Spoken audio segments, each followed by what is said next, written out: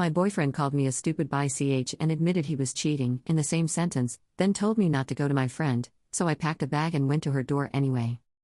My boyfriend called me a stupid BCH at 7:30 on a Thursday evening and in the same sentence admitted he had been sleeping with someone else for 8 months, and I stood in our kitchen holding the phone that had just shown me the evidence that started the whole conversation, and I understood in that specific moment that I had not been living in the relationship I believed I was living in, and that the person across from me was not the person I had believed he was. Not a slow revelation. Not a suspicion that had been building. A Thursday evening. A text notification that appeared on his phone while he was in the shower. A name I did not recognize. A preview that contained 4 words that no preview should contain. And then the specific cold mathematics of someone who has just seen something and is doing the calculation that the seeing requires. The calculation took 11 seconds. I know because I counted. Not deliberately. Because when your life is reorganizing itself around new information, your brain does strange things, and one of the strange things mine did was count. I want to tell you everything? Not the version I told people in the days after, which was shorter and focused on the cheating and left out the parts about his best friend, and what I had known and not known about the friendship I had been watching for 2 years, and what the knowing and not knowing had cost a woman I considered one of my closest friends. Her name is Diana. His best friend's name is Reese. My boyfriend's name was Daniel. I say was because whatever he is now, he is not my boyfriend and has not been since the Thursday evening when he told me what he was and used the specific word that people use when they want to make you feel small enough to dismiss what you are saying. He did not make me feel small. He made me feel clear. The word arrived and the clarity arrived with it, and the clarity was the most useful thing he gave me in 2 years of a relationship that I now understand was built on a foundation I had not been given the full plans for. I met Daniel at a work event 2 years before the Thursday. He was warm and specific in the way that people are specific when they are paying genuine attention, the kind of attention that makes you feel like the most interesting person in the room. We had been together for 2 years. I had been happy in the specific way of someone who is inside something that feels right and who has not yet been given the information that would revise the feeling. His best friend Reese had been part of my life since month 2. You cannot be with someone for 2 years without their best friend becoming part of the architecture of your life. Reese was present at the dinners and the gatherings and the specific ordinary social fabric of a relationship that has integrated itself into a friend group. He was funny and charming, and he had the specific quality of someone who is very good at being liked. He had been with Diana for 3 years before I met Daniel. Diana was warm and honest, and she had the specific quality of someone who says what she means without performing it. I liked her immediately. Over 2 years we had become the kind of friends that form alongside relationships, not chosen first but real by the time you notice they are real. I had noticed things about Reese across 2 years. Not conclusions. Noticings. The specific small observations that accumulate when you are paying attention to someone without having decided what you are paying attention for. His phone face down always. The way he sometimes stepped outside for calls he said were work and that arrived at specific hours that work calls do not usually arrive. The way he sometimes looked at Diana with the specific expression of someone managing something in the presence of the person they are managing it around. I had not made conclusions from these noticings because making conclusions would have required me to do something with the conclusions, and doing something meant having conversations I was not certain were mine to have. I had talked to Daniel about the noticings. Once. 7 months before the Thursday. I said I had noticed some things about Reese, and I asked Daniel if everything was okay with him and Diana. Daniel said Reese was going through a stressful period at work and that he could be checked out sometimes, and that Diana knew and was being patient. He said it with the specific smooth completeness of someone who has a prepared answer and is delivering it. I received the prepared answer. I filed the noticings. I told myself that drawing conclusions about someone else's relationship from observations that could have innocent explanations was not something I wanted to do. I was being careful. I was also, I understand now, being managed. The Thursday began ordinarily. Daniel was home early. We were making dinner. He went to shower before we ate. His phone was on the counter. The notification appeared. I saw the name Kayla. I saw 4 words of the preview. The 4 words were of the specific category that changed the temperature of a room. I picked up the phone. Not impulsively. With the specific deliberate quality of someone who has made a decision and is implementing it because the 4 words have already told them enough that not looking would be a choice to stay uninformed rather than a choice to respect privacy. I looked. Kayla. 8 months of messages. The specific sustained record of something that had not been a mistake and had not been brief and had not been anything other than what it clearly was. I put the phone back. I finished making dinner. Not because I was calm. Because I needed the 11 minutes before Daniel came out of the shower to understand what I had just seen and what I was going to say about it. He came out. He sat at the table. I put the plate in front of him. I sat across from him. I said, Who is Kayla? He looked at me. The specific look of someone who has been asked a question they were not expecting and whose face is running the calculation of what the asking means. He said, a colleague. I said, a colleague who sends messages at 11 p.m. He said, I work with people in different time zones. I said, Daniel. I saw the messages. The room went very quiet. The specific quiet of someone whose calculation has just completed and who is now running the next calculation, which is what to do now that the previous position is no longer available. He said, you went through my phone. I said, the notification appeared while you were in the shower. I saw 4 words of the preview. I picked up the phone. He said, you had no right. I said, you have been sleeping with someone for 8 months. He said, you do not know what you saw. I said, I know exactly what I saw. 8 months of messages from a woman named Kayla who is not a colleague in any sense that has anything to do with work. He stood up. The specific standing up of someone who has decided that the seated position is no longer available and that standing changes the geometry of the confrontation in a way that serves them. He said, you are being paranoid. I said, I'm being accurate. Tell me who Kayla is. He said, I'm not doing this. I said, we are doing this. Tell me who she is. And this is the moment. The specific moment where something shifted in him from the managing of a situation to something else. Something that arrived with the specific heat of someone who has been cornered and who responds to being cornered not with the acknowledgement that the cornering is accurate but with the specific aggression of someone who wants to make the person who cornered them feel like the problem. He said, you are a stupid by CH, and yes, I have been seeing Kayla for 8 months and unlike you she does not go through my phone. The kitchen was completely still. I looked at my boyfriend of 2 years. I looked at the plate of dinner I had made while I was absorbing the information from his phone and deciding how to have the conversation. I looked at him standing across the kitchen using a word that people use when they want to make you feel too small to continue being right. I felt very clear. Not devastated in the way I had expected devastation to feel. Clear. The specific clean clarity of someone who has just received the final piece of information required to understand something completely and who is now in possession of the complete picture. I said, okay. He said, okay. I said, I need you to leave tonight. He said, this is my apartment too. I said, both our names are on the lease. Tonight I need you to go somewhere that is not here because I need to be alone in this space and process what just happened. He said, I am not leaving. I said, then I will. I went to the bedroom. I packed a bag. Not dramatically. With the specific efficient quality of someone who has a task and is completing it. Enough for 3 days.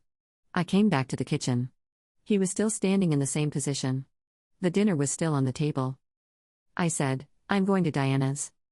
Something moved across his face. Not guilt exactly.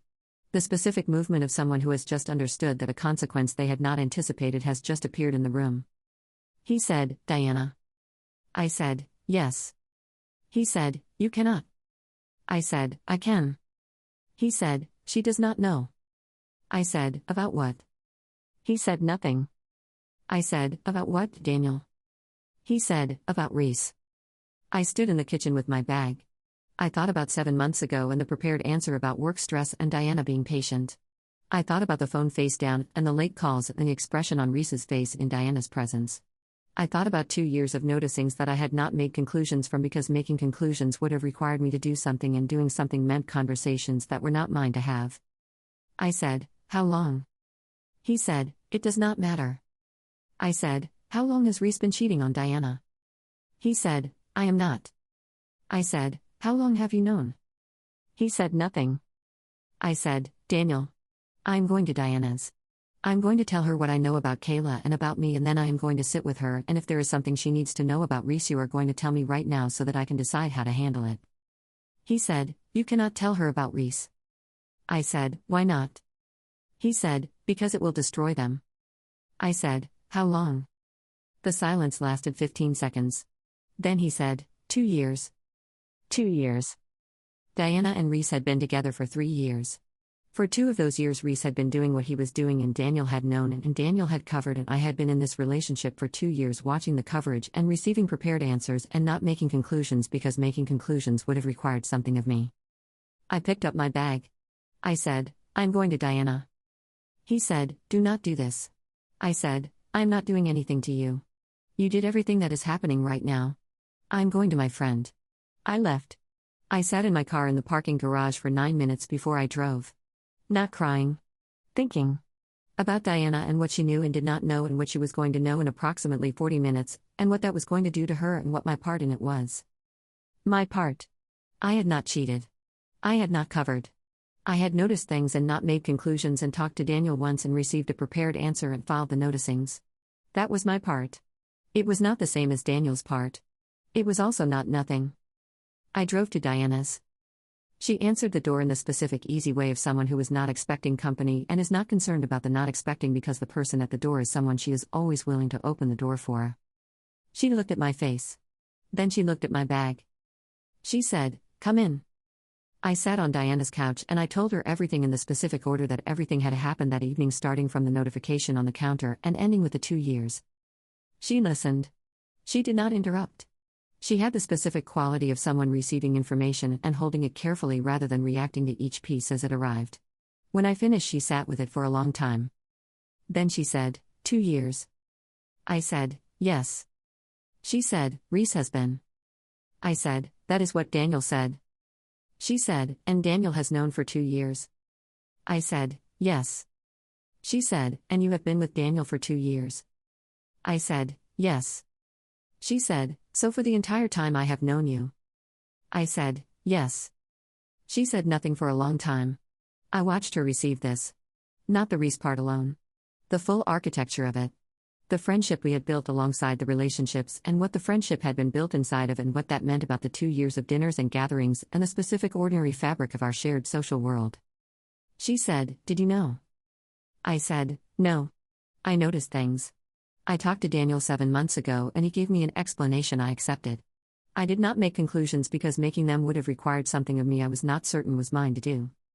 She said, what kind of things did you notice? I told her. The phone face down. The late calls. The specific expression in certain moments. She listened. When I finished, she said, I noticed those things too. I said, I know. She said, I made the same decision you made. Not to conclude. I said, I know. She said, we both did. I said, yes. She said, why did you tell me? I said, because I was coming here and Daniel said I could not tell you, and when someone tells me I cannot tell my friend something that belongs to her, I understand that the cannot is not about protection. It is about what is convenient for the people who are not her. She looked at me for a long time. Then she said, okay. She picked up her phone. She called Reese. He answered on the second ring with the specific warmth of someone who does not know what is coming. She said she needed him to come over. He asked if everything was okay. She said she needed him to come over and she would explain when he arrived. He came in 30 minutes. He walked into the living room and saw me, and something moved across his face in the specific fraction of a second before he composed it. The specific fraction of a second of a person whose calculation has just completed. He said, hey. Diana said, sit down. He sat. Diana sat across from him. I was on the couch to the side. Not in the center of it. Present as a witness rather than a participant, because this was Diana's conversation, and I was there to support it, not to conduct it. Diana said, I need you to tell me the truth about something, and I need you to tell it to me once completely, and I will not ask you again. He said, okay. She said, are you seeing someone else? The calculation took him 4 seconds. Long enough to tell both of us everything about the calculation. Then he said, Diana? She said, answer the question. He said, it is not. She said, answer the question. He looked at me. The specific look of someone who is trying to understand how much I have said and is calculating his answer against what I might have said. He said, it has been complicated. She said, how long? He said, I want to explain. She said, how long? He said, 2 years. Diana nodded. The specific nod of someone receiving a confirmation they had already been given and who is now experiencing the difference between being told something and hearing it from the person themselves. She said, you need to leave tonight. He said, Diana. She said, you need to leave tonight and take what you need for a few days, and I will be in touch about the rest. He said, we can talk about this. She said, we will talk about it. Not tonight. Tonight you need to go. He looked at me again. Then at Diana. He said, did she? Diana said, I asked you a question. You answered it. This conversation is between you and me and what you have done and what I am going to do about it. She has nothing to do with why you are leaving. He left. Not quickly. with the specific reluctant quality of someone who understands that leaving is the only available option and who is taking as long as possible in case the option changes. It did not change. Diana stood in the hallway until he was gone, and then she came back to the couch and sat down, and we sat together in the specific silence of two people who have just been through something enormous and who are on the other side of it with no map for what the other side contains. After a long time she said, "Thank you for coming here." I said, "I was not going to not come here." She said, "Daniel told you not to tell me." I said, "Yes." She said, "But you came anyway." I said, "You deserve to know. The information belonged to you. I was not going to hold it because it was convenient for people who had already decided that your knowing was not their priority." She said, "What are you going to do about Daniel?" I said, "I'm going to find an apartment. And I'm going to spend some time understanding how I was in a relationship for 2 years with someone who could call me a stupid bi-ch and mean it." She said, "He called you that?" I said, "He did." She said, "In response to finding out he had been cheating?" I said, "In response to finding out that I had found out." She said, "He called you SD'd." I said, "He wanted me to feel too small to continue being right." She said, "Did it work?" I said, "It made me very clear." She said, "Good." We stayed at her apartment that night. We did not solve anything. There was nothing to solve that night. What there was to do was be in the same room while the specific weight of 2 revelations settled around 2 people who had both been inside something they had not fully seen and who were now seeing it completely for the first time. In the morning she made coffee. We sat at her kitchen table. She said, "I have been thinking about the noticings." I said, "Me too." She said, "We both noticed and neither of us concluded." I said, "No." She said, "Because concluding meant doing something." I said, "Yes." She said, "I understand why I did not conclude. I was afraid of what the conclusion would require." I said, "I was afraid it was not mine to do." She said, "Were you right?" I said, "About which part?" She said, "About it not being yours." I sat with that question. The question of whether it had been mine to do. Whether the noticings had created an obligation. Whether 7 months ago, when I had the prepared answer from Daniel, I should have pressed harder or gone to Diana directly or done something other than file the noticings and accept the answer.